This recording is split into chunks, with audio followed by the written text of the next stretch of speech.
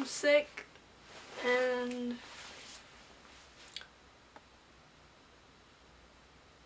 I spent like 3 hours today in immediate care.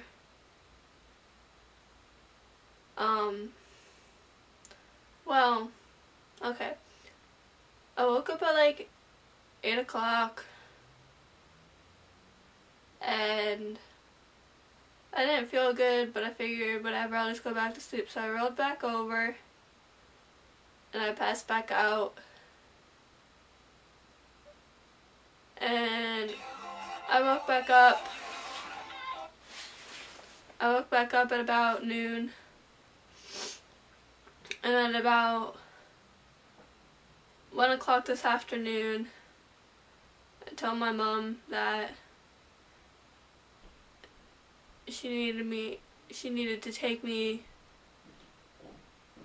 to the doctors or something because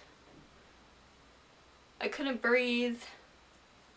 Felt like I'd been hit by a bus or 12. And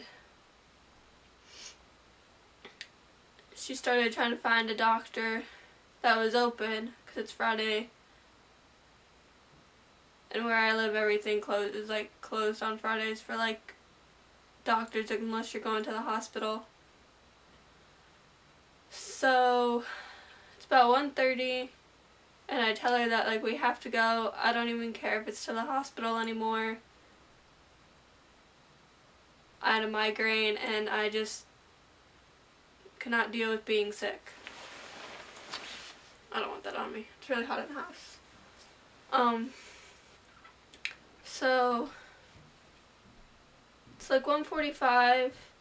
She tells me to get dressed and that we're driving to the immediate care place. So pretty much I rolled out of bed in what I'm wearing now, sweatpants and a hoodie, grabbed my wallet, and she drove me to the immediate care place. Get there, fill out all the information because I had never been, and waited. Then I finally got called back. I asked what's wrong, they do all the normal things like blood pressure, and they check your pulse. It took them 2 minutes for them to find a pulse in my body.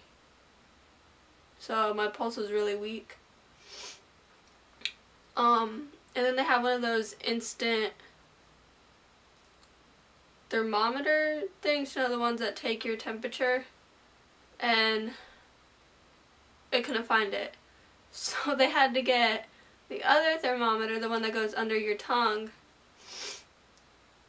and it's supposed to find your temperature within a minute. It took about 3 minutes for it to start to say that I was, at a normal human temperature. Your normal's like 98.6. I was down at I think they said 91.8. So basically on the scale of human life, I was potentially dead without a pulse and a temperature that was readable on a thermometer. Awesome. Then they bring me back to the room where I waited and waited and waited for the doctor to arrive. She finally arrives. We talk about why I don't feel good, and I'm like, things are discolored, and got a migraine, and my body hurts, and it's like I feel like I got hit by a few buses, maybe a couple trucks, 18-wheeler truck things, and so then she sends me off to get blood work done. So, and I think I'm going to take this off.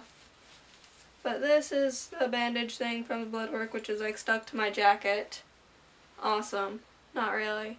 And then they did a nasal culture. For those of you who don't know what that is, it is where they take this it's like a cotton swab thing, and it's like a long stick and then there's a little thin cotton part on the top, and they shove it up your nose.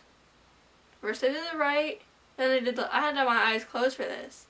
Oh, it was painful. I was like, oh my god, when is this done? Because it was just so much pain, and I had my eyes closed so I couldn't tell. The guy was like, oh, it's out. You're good. It hurt. Drawing blood is nothing, but this thing being shoved up my nose, I did not like.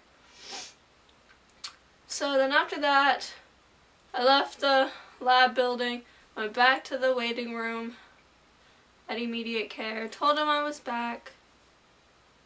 I waited about another like 20 minutes before they got, waited another 30 minutes before they got the results of the test and everything.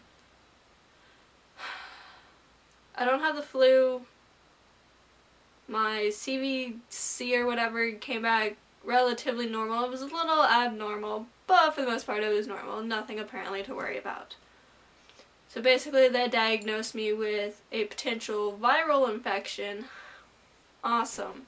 Not really. But got diagnosed with that, and now I'm on medication.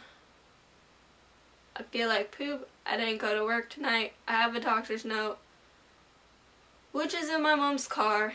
Not where it should be, but whatever. That's where it is. And let's hope I'm feeling better and well enough to work tomorrow night, because I don't want to lose my job. I think I'm going to go take a nap now after I upload this. Bye!